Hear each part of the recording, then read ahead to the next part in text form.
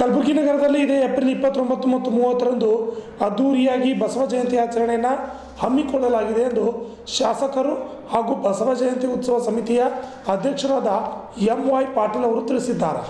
ಕಲಬುರಗಿ ನಗರದ ಪತ್ರಿಕಾ ಭವನದಲ್ಲಿ ನಡೆದ ಸುದ್ದಿಗೋಷ್ಠಿಯಲ್ಲಿ ಮಾತನಾಡಿದ ಅವರು, ಈ ಬಾರಿ ಬಸವೇಶ್ವರರ ಜಯಂತಿ ಆಚರಣೆಯನ್ನು ಸರ್ವಸಮ್ಮತ ಮತ್ತು ಎಲ್ಲ ಪಕ್ಷದ ಶಾಸಕರು, ಎಲ್ಲ ಸಮಾಜದ ಮುಖಂಡರು ಸೇರಿ ಅದ್ದೂರಿಯಾಗಿ ಆಚರಣೆ ಮಾಡುತ್ತಿದ್ದೇವೆ.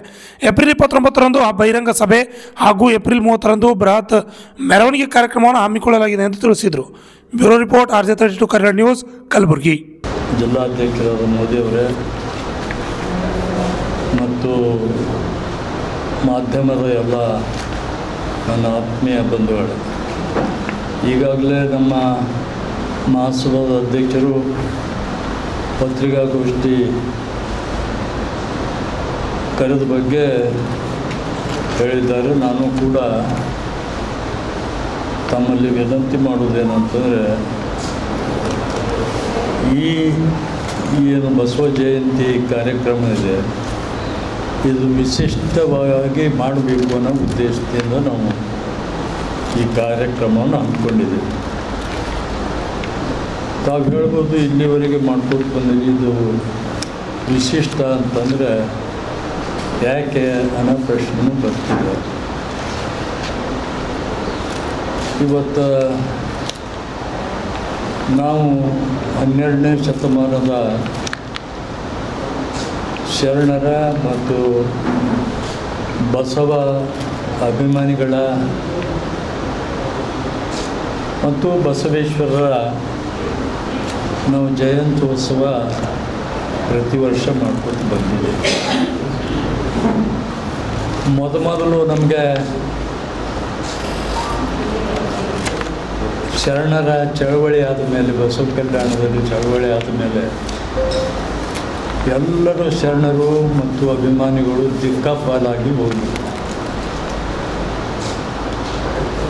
ನಮಗೆ ಮುಂದೆ ಅವರ ವಚನ ಸಾಹಿತ್ಯ ಕೂಡ ನಮಗೆ ಬಹಳ ದಿವಸವರೆಗೆ ಸಿಗಲಿಲ್ಲ.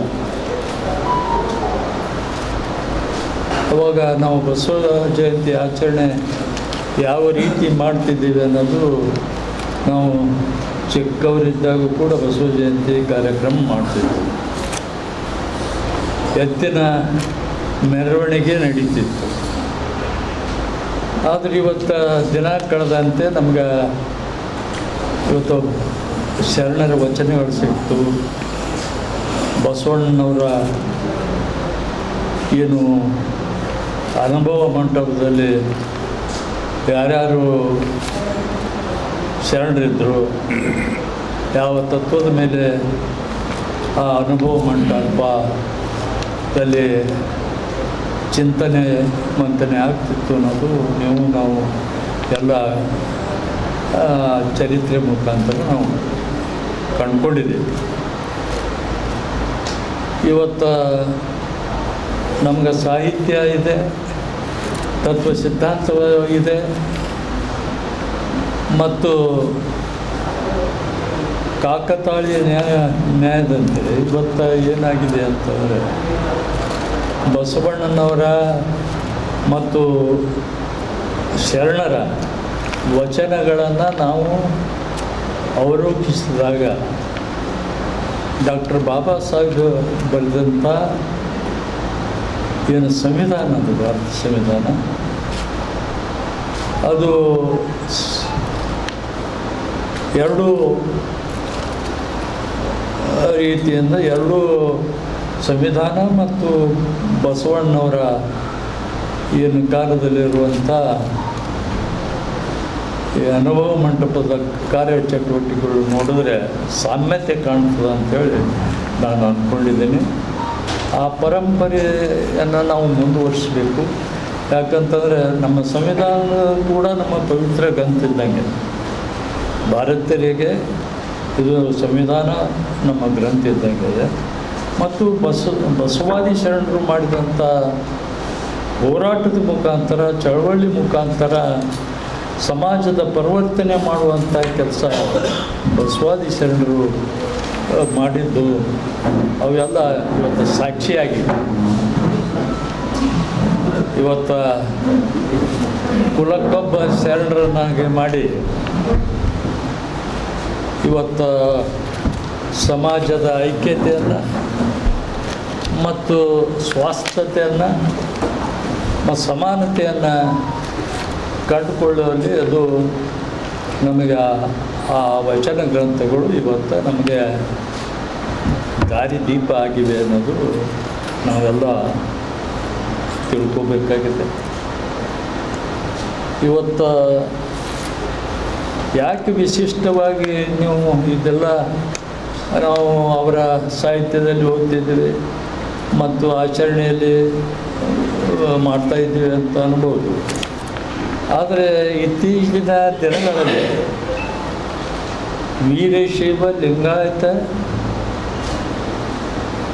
ಮತ್ತು ಕಾಯಕ ಶರಣರು ಇದ್ದರೂ ಕೂಡ ಇವತ್ತು ನಾವು ಚದುರಿ ಹೋಗಿದ್ದೇವೆ.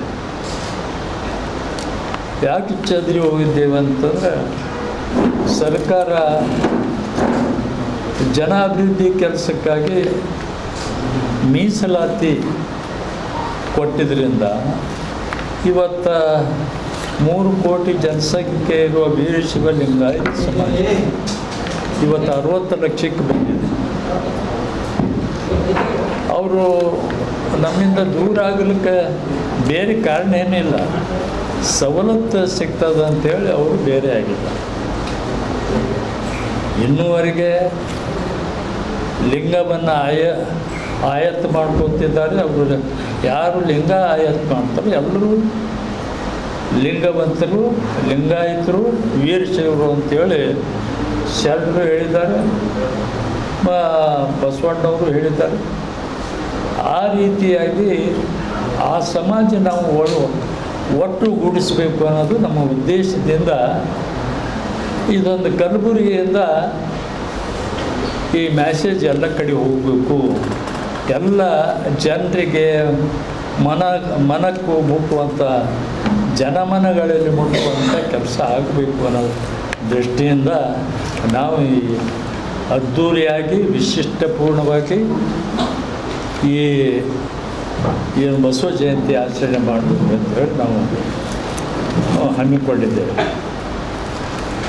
ಮತ್ತು ನಮ್ಮೆಲ್ಲರಿಗೂ ಗೊತ್ತಿದೆ, ಅನೇಕ ನಮ್ಮಲ್ಲಿ ತಾತ್ವಿಕವಾದ ಭಿನ್ನಾಭಿಪ್ರಾಯಗಳು ಕೆಲವರು ಇದೆ, ಇಲ್ಲ ಅಂತ ಹೇಳೋಕ್ಕಾಗಲ್ಲ. ಆದರೆ ನಮ್ಮ ಗುರಿ ಒಂದೇ ಅದೇ, ನಾವು ವೀರಶೈವ ಲಿಂಗಾಯತ ಸಮಾಜದವರು ಎಲ್ಲರೂ ಒಂದೇ ಭಾವದಿಂದ ನಮ್ಮ ಬಸವಾದಿ ಶರಣರು ಹಾಕಿಕೊಂಡ ತತ್ವದ ಮೇಲೆ ನಡಿಬೇಕು ಅನ್ನೋದು ಎಲ್ಲರ ಉದ್ದೇಶ ಅದೇ. ಕೆಲವರು ಸಂಘಟನೆಗಳು ಕಠೋರ ಸತ್ಯ ಹೇಳ್ತಾ ಇದ್ದಾರೆ. ಇವತ್ತು ಕಠೋರ ಸತ್ಯ ಅಂತಂದರೆ ಕೆಲವರಿಗೆ ಆಗೋದಿಲ್ಲ. ಈಗ ಉದಾಹರಣೆಯಾಗಿ ಒಬ್ಬ ಕುಡ್ಡ ಇರ್ತಾನೆ, ಕುಡ್ಡ ಅಂತ ಕರೆದ್ರೆ ಅವನಿಗೆ ಸಿಟ್ಟು ಬರ್ತಾನೆ. ಅದು ಸತ್ಯನೇ, ಅವನ ಸತ್ಯ ಹೇಳ್ಯಾನಂದಲ್ಲ, ಸತ್ಯ ಕಠೋರ ಆಗಿದೆ, ಅದು ನೋವಾಗಿದೆ. ಆದ್ದರಿಂದ ಸತ್ಯ ಕೂಡ ನಯವಾಗಿರಬೇಕು ಅಂತೇಳಿ ಎಲ್ಲರೂ ಕೂಡಿದ್ದೇವೆ. ನಮ್ಮ ಎಷ್ಟೇ ವ್ಯತ್ಯಾಸಗಳಿದ್ದರೂ ಕೂಡ ನಾವು ಒಂದಾಗಿ ಮಾಡಬೇಕು ಅನ್ನೋ ದೃಷ್ಟಿಯಿಂದ ನಾವು ಈ 30ನೇ ತಾರೀಕಿಗೆ ಜಯಂತಿಯನ್ನು ಅದ್ಧೂರಿಯಾಗಿ ಮಾಡಬೇಕು. ಎಲ್ಲರನ್ನು ಒಳಗೊಂಡು ಎಲ್ಲ ಕಾಯಕ ಶರಣರನ್ನು ಒಗ್ಗೂಡಿಸಿ ಇವತ್ತು ಜನರಿಗೆ ತೋರಿಸಿಕೊಡಬೇಕು. ನಮ್ಮ ಪರಂಪರೆ ಏನಿದೆ, ನಮ್ಮ ಬಸವಾದಿ ಶರಣರ ಚರಿತ್ರೆ ಏನಿದೆ, ಇವೆಲ್ಲ ನಾವು ಇನ್ನಿತರ ಜನರಿಗೂ ಕೂಡ ನಮ್ಮ ಬಗ್ಗೆ, ಈ ಸಮಾಜದ ಬಗ್ಗೆ, ನಮ್ಮ ಶರಣರ ಬಗ್ಗೆ ತಿಳುವಳಿಕೆ ಕೊಡುವಂಥ ಕೆಲಸ ಮಾಡಲಿಕ್ಕೆ ಇವತ್ತು ಜಯಂತಿಯನ್ನು ಪ್ರತಿ ವರ್ಷದಿಂದ ಈ ವರ್ಷ ಕೂಡ ಆಚರಣೆ ಮಾಡ್ತೇವೆ. ಇದೊಂದು ವಿಶಿಷ್ಟ ಪ್ರಯೋಗ ಇದೆ, ಎಲ್ಲರೂ ಕೂಡಿ ನಡಲಿಕ್ಕೆ ಇದೊಂದು ಪ್ರಯೋಗ ಇದೆ. ಹಿಂದೆ ಏನಾಗ್ತಿತ್ತು, ಬೇರೆ ಬೇರೆ ಸಂಘಟನೆಗಳು ಬಸವ ಜಯಂತಿ ಮಾಡ್ತಾಯಿದ್ರು, ಆದರೆ ಬೇರೆ ಬೇರೆ ಸಂಘಟನೆಗಳ ಮುಖಾಂತರ ಮಾಡ್ತಾಯಿದ್ದೆವು. ಆದರೆ ಈಗ ನಾವೆಲ್ಲರೂ ಒಂದು ಅಂತ ತಿಳ್ಕೊಂಡು ನಾವು ಈ ಏನು ಬಸವ ಜಯಂತಿಯನ್ನು ಮಾಡ್ತಾಯಿದ್ದೇವೆ. ಈಗ ನಿಮ್ಮ ಸಹಕಾರ ಕೇಳೋಕ್ಕೂ ಕೂಡ ಬಂದಿದೆ. ಯಾಕಂತ ಇಲ್ಲಿವರೆಗೂ ಕೂಡ ನಮ್ಮ ಯಾವುದೇ ವೀರಶೈವ ಲಿಂಗಾಯತ ಸಮಾಜ ಶರಣರ ಬಗ್ಗೆ ನೀವು ಯಾವಾಗಲೂ ಅಪಸ್ವರ ಮಾಧ್ಯಮದವರು ಇಲ್ಲಿವರೆಗೆ ತಾವು ಬರೆದಿಲ್ಲ. ಅದಕ್ಕಾಗಿ ಮತ್ತೊಮ್ಮೆ ನಿಮಗೆ ನಾನು ಅಭಿನಂದನೆ ಸಲ್ಲಿಸಬೇಕಾಗ್ತದೆ. ಈ 30ನೇ ತಾರೀಕು ನಡೀತಕ್ಕಂಥ ಕಾರ್ಯಕ್ರಮ ಯಶಸ್ವಿಯಾಗಲು ನಿಮ್ಮ ಸಹಕಾರ ನಮಗೆ ಭಾಳ ಅವಶ್ಯ ಇದೆ ಅಂತ ತಿಳ್ಕೊಂಡು ನಾವು ಈ ಪತ್ರಿಕಾಗೋಷ್ಠಿಯನ್ನು ಮಾಡ್ತಾಯಿದ್ದೇವೆ. ಇವತ್ತು ತಮಗೆ ಗೊತ್ತಿದ್ದಂಗೆ 30ನೇ ತಾರೀಕಿಗೆ ಬಸವ ಜಯಂತಿ ಇದೆ. ಅದು ಸರ್ಕಾರಿ ಕಾರ್ಯಕ್ರಮ ಇದೆ. ಆ ಸರ್ಕಾರಿ ಕಾರ್ಯಕ್ರಮದಲ್ಲಿ ಬೆಳಿಗ್ಗೆ 30ನೇ ತಾರೀಕಿಗೆ ಬೆಳಿಗ್ಗೆ ಸ್ಟ್ಯಾಚ್ಯೂ ಹತ್ರ ಮೂರ್ತಿ ಹತ್ರ ಪೂಜೆ ಆಗ್ತದೆ. ಅಲ್ಲಿ ಕೂಡ ಸಭೆ ನಡೀತಾಯಿದೆ ಮತ್ತು ವೀರಶೈವ ಸಿದ್ಧಾಂತದ ಬಗ್ಗೆ, ಲಿಂಗಾಯತ ಸಿದ್ಧಾಂತದ ಬಗ್ಗೆ ಕೂಡ ಚರ್ಚೆ ಆಗ್ತದೆ. ಅದಾದ ನಂತರ 4 ಗಂಟೆಗೆ ಒಂದು ಬೃಹತ್ ಮೆರವಣಿಗೆ ಆಗ್ತದೆ.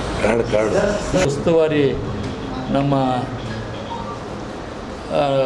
ಯುವಕ ಮಿತ್ರರಾದಂಥ ಆತ್ಮೀಯರಾದ ಚಂದು ಪಾಟೀಲ್ರಿಗೆ ಅದು ವಹಿಸ್ಕೊಟ್ಟಿವಿ. ಸಂಘಟನೆಗೆ ಹೆಚ್ಚಿನ ಶಕ್ತಿ ಅವರು ಕೊಡ್ತಾರೆ. ಅದಕ್ಕಾಗಿ ಅವರಿಗೆ ಒಪ್ಪಿಸಿದ್ದೀವಿ. ಪ್ರಸಾದ ಸೇವೆ ಒಬ್ಬರಿಗೆ ಒಪ್ಪಿಸಿ. ಈಗ ಎಲ್ಲರೂ ಕೂಡ ಒಟ್ಟು ವಿಶಿಷ್ಟ ರೀತಿ ಅಂತಂದರೆ ನಾವು ಯಾರ ಹತ್ರ ಹೋಗಿ ಕೈ ಚಾಚಿ ಬೀಳೋದನ್ನು ಬಿಡಬೇಕು ಅನ್ನೋ ಉದ್ದೇಶ ಅಷ್ಟೆ. ಇವತ್ತು ಯಾರು ಇಚ್ಛೆ ಪಟ್ಟು ನಾವು ಇದು ಮಾಡ್ತೀವಿ ಅವರು ಮಾಡಲಿ. ಆದರೆ ನಾವು ಒತ್ತಾಯ ಮಾಡಿ ನೀವು ಇಷ್ಟು ಕೊಡಬೇಕು ಅನ್ನೋದು ನಾವು ಯಾರಿಗೆ ಕಡ್ಡಾಯ ಮಾಡಿಲ್ಲ, ಯಾರಿಂದ ಪಟ್ಟಿ ಕೇಳ್ತಾ ಇಲ್ಲ.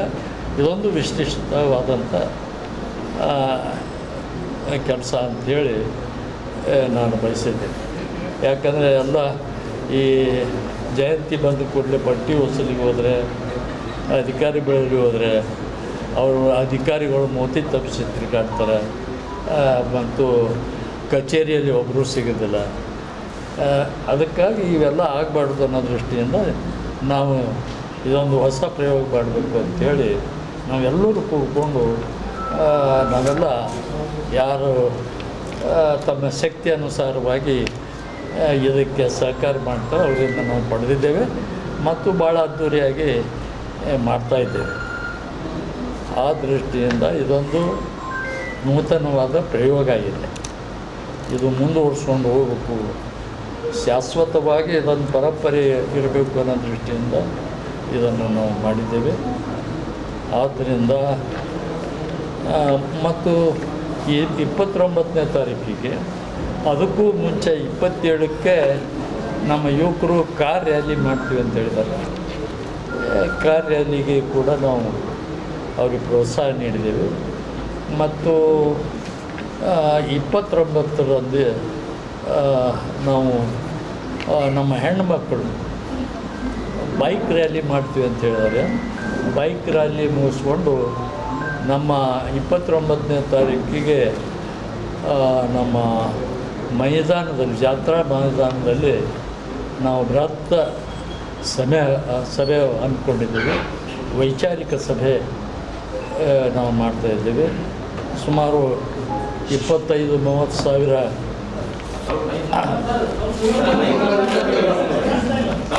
ಎಲ್ಲ ಇರ್ತೀವಿ. ಅಲ್ಲಂಪ್ರಭಡ್ಲಿರ್ತಾರೆ ಮತ್ತು ಎಲ್ಲರಿಗೆ ಇದೇನು ವೀರಶೈವ ಸಮಾಜದ ಅಷ್ಟೇ ಅಲ್ಲ, ಆರ್ಕೆವಡಿಗೆ ಮತ್ತು ಮಾಗಮಕರಿಗೆ ಹಿಡಿದು ಎಲ್ಲರೂ ಬರ್ತೀವಿ.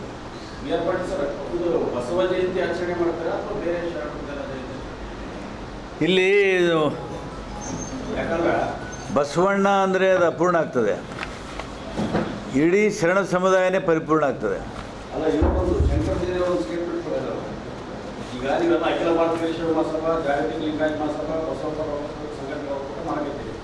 ಸೊ ಶಂಕರ್ ದೇವಿಯವರು ಒಂದು ಸ್ಟೇಟ್ಮೆಂಟ್ ಕೊಟ್ಟರೆ ಎಲ್ಲ ಅಖಿಲ ಶಿವಮೊಗ್ಗ ಜಿಲ್ಲಾಧ್ಯಕ್ಷರಿಗೆ ನೀವು ಬಸವಣ್ಣನ ಭಾವಚಿತ್ರದ ಜೊತೆಗೆ ಇಲ್ಲ ಅದಕ್ಕೆ ಮತ್ತು ರಾಷ್ಟ್ರೀಯ ಅಧ್ಯಕ್ಷರು ಹಿಂದುತ್ವ ಅದಕ್ಕೇನದ ಬಸವಣ್ಣ ಜೊತೆ ಬಸವಣ್ಣ ಮಾಡ್ಬೇಕು ಹಂಗೇನು ಕಡ್ಡಾಯವಾಗಿಲ್ಲ ತಾವು ಮತ್ತು ಶಾಮನೂರು